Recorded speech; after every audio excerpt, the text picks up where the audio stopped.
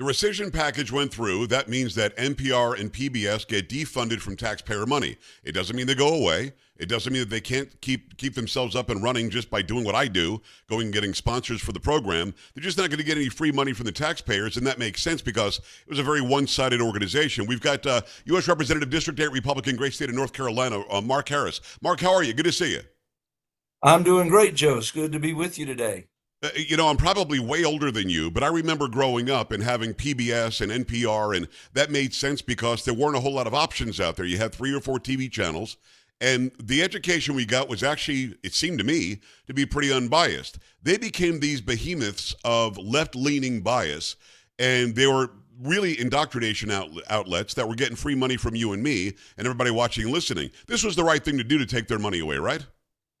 Absolutely. I mean, when you look at them, they're in a position where they will continue to raise money through their donors to make up. In fact, I saw a figure where really only 1% of their budget actually came from these federal dollars. So they'll continue to do fundraisers, and those that are going to want to support what they put out and their ideology and their left wing activist material, they'll continue to have that support, but the taxpayers will no longer be on the hook for it, and they can just become competitive like everyone else.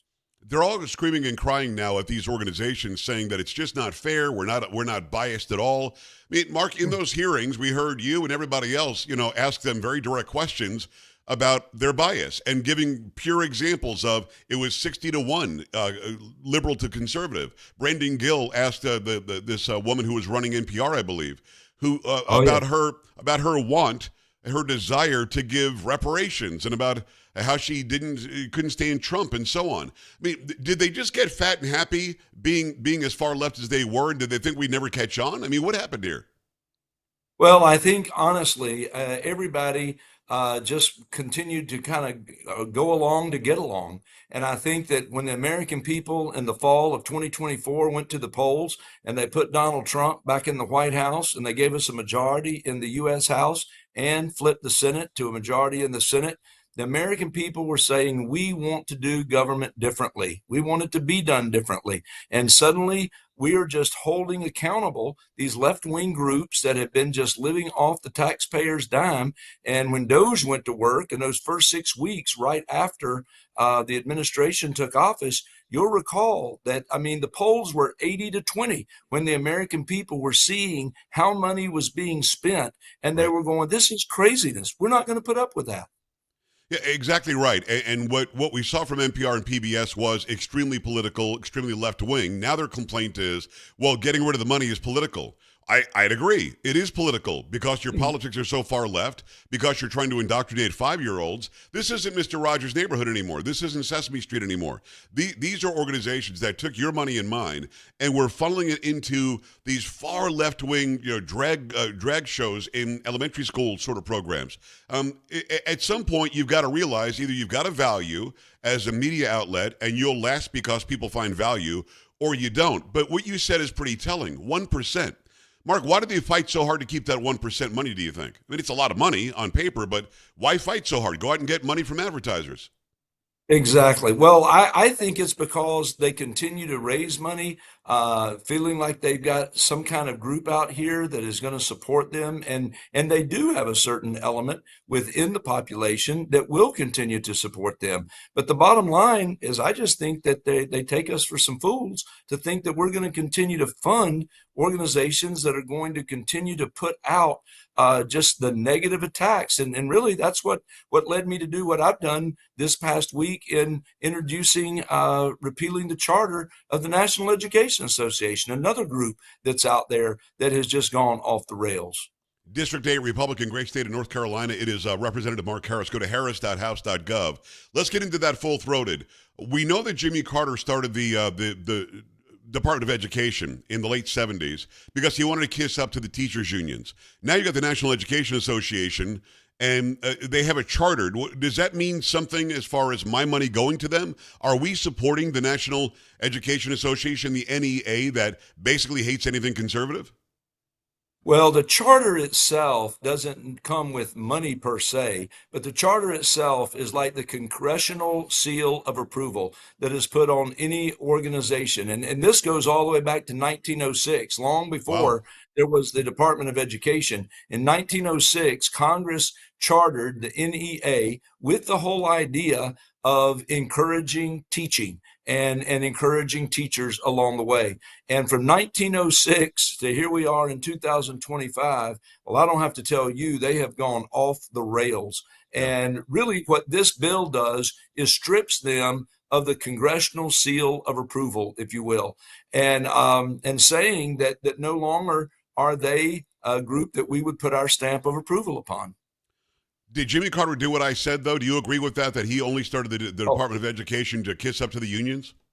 absolutely. And again, here we are 40 some years later, and it's taken President Trump to actually bring us to the place where we're talking more and more about seeing the Department of Education going away and getting rid of the bureaucracy, getting rid of the waste, fraud, and abuse, and the services that the Department of Education now provides. There'll be other ways that those services will be provided, maybe some agencies federally, but primarily we're going to get the money, we hope, and the power back to the states and the local communities where parents can once again be in charge. Because, again, from the Department of Education and then, of course, the NEA, they have just been running on this whole ideology that is so left wing, so activist, that they refer to President Trump as a fascist. They talk about his policies being that of fascism.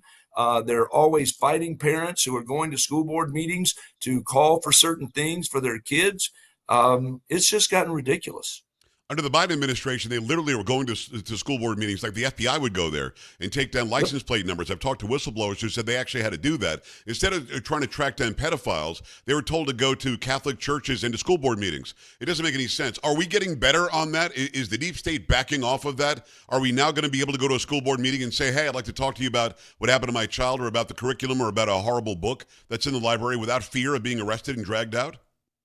Well, it's certainly my hope that we're doing better in that, and with a whole new Department of Justice and Pam Bondi and work that's going on there, Kash Patel at the FBI. My hope is that they're getting back to just fighting crime, the thing that's that the FBI was meant to do, the Department of Justice prosecuting those cases as the Department of Justice was meant to do, and getting out of this lawfare type of business that had taken control under the Biden administration. The question I get asked a lot, Mark, and I do live streams over on TikTok and so on. Got about 1 million followers there. Their question is, what happens to the money? It's 80 to 100 billion dollars a year that goes to the Department of Education, and my answer is always it goes back to the states that can better manage that money. Why would you want a central government, organization, a complete department that gets to filter through the money and say, if you sing this song to Barack Obama, we'll give you some money.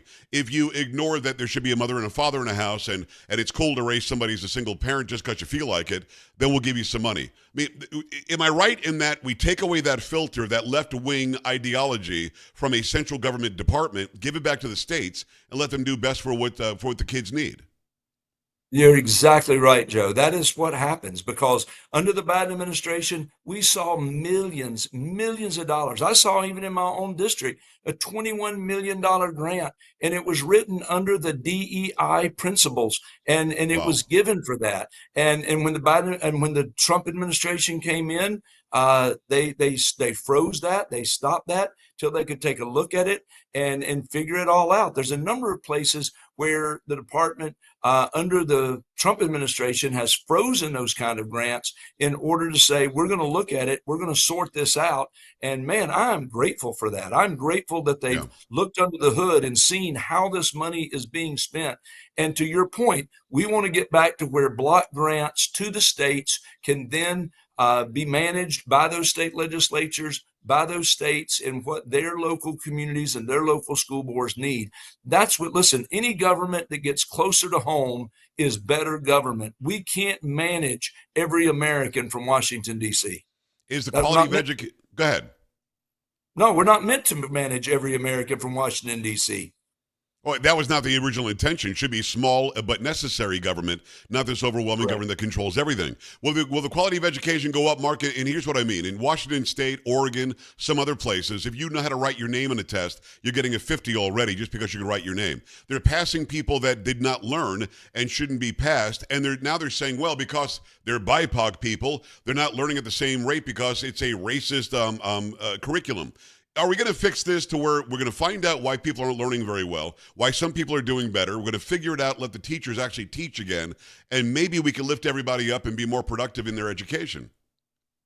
I hope we can, because I think what's going to ultimately happen is when states have more control, you don't have the federal government dumbing down everything across the nation or setting lower standards rather than higher standards. You're Right. going to allow each state to do what they do best. And when the states become the laboratory that we see are successful, then other states learn from that and they can implement those same principles if they want to succeed as well. So I think the school choice aspect is a growing thing across this country as well. I'm Yes. very excited for that. And I think that that's where our children's hope lies ultimately in education, is when the parents and the local communities are very involved in their children's education, and you're going to see the quality begin to increase.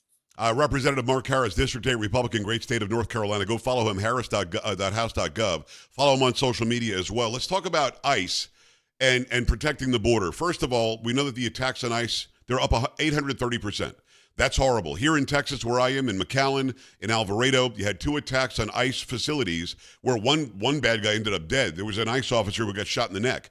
In New York, you just had somebody who was just sitting and enjoying, the night sky with his friend, and he gets shot by 2 illegal aliens in New York City. Good thing is he gets off a shot as well, and we end up catching who allegedly did the shooting.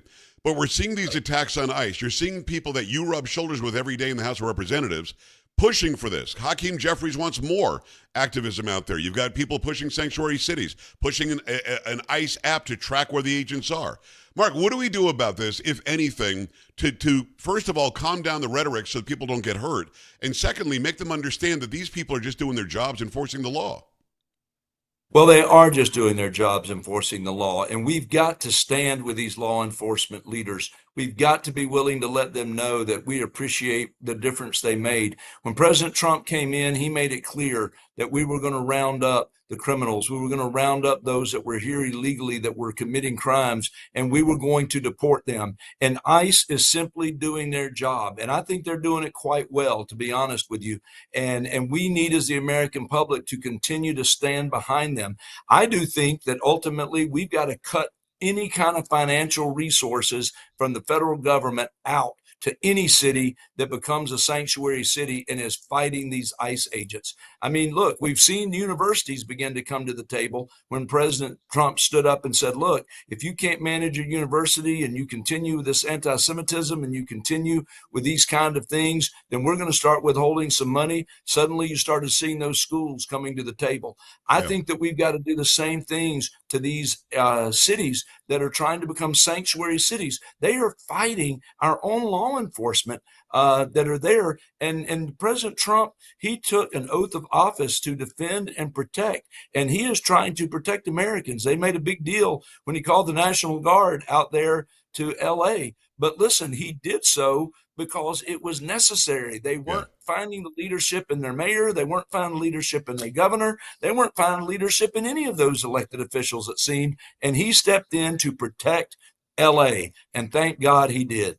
And it worked. It worked very well. Then he mobilized the Marines to go and protect the National Guard, who was under That's attack. I right. mean, you literally had people who were elected officials saying, "Well, maybe gang members should take on the ICE agents." It doesn't make any sense. Well, Mark, let's expand upon that. I know that it's not illegal to be a sanctuary city, which doesn't exist. They just threw that name on there, but it's not illegal just to get out of the way. It's not illegal to not help necessarily. It is illegal if you're saying the ICE agents are going to raid this area, get out of there. That's aiding and abetting without a doubt. So the best leverage that you say is from the central government saying, we will take funding away that we send you. So maybe can you break down what funding do we send a place like Chicago or LA or Boston or New York? What do we send them? What can we hold back?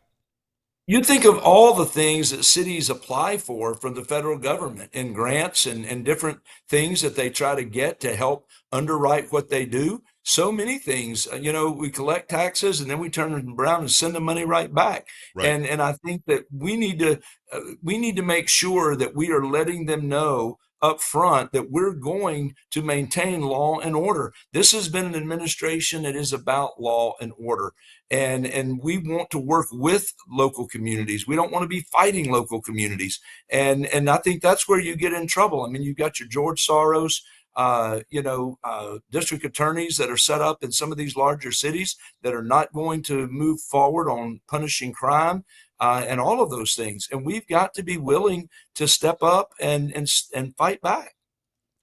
And fighting back by holding back money is great. At what point do they cross the line, though? Is it when they say, hey, heads up, ICE is on the way? Can you start arresting some people? Because they're literally Well, trying to help these people avoid, the law enforcement that they deserve because they did something wrong.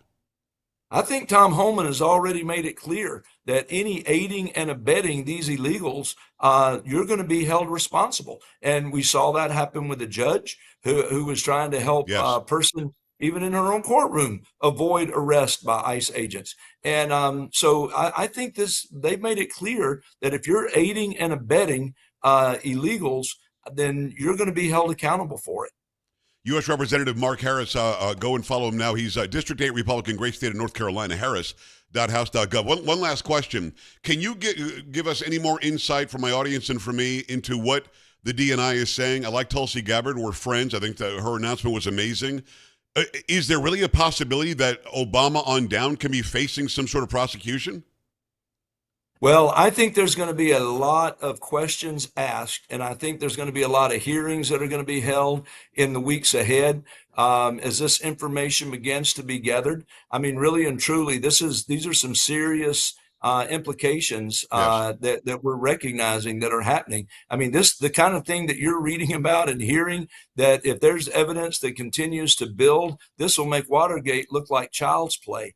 And I think the desire to try to take down a presidency from the beginning is there's just some things that I'm hearing, and I think you're going to hear more about it as we get into late summer.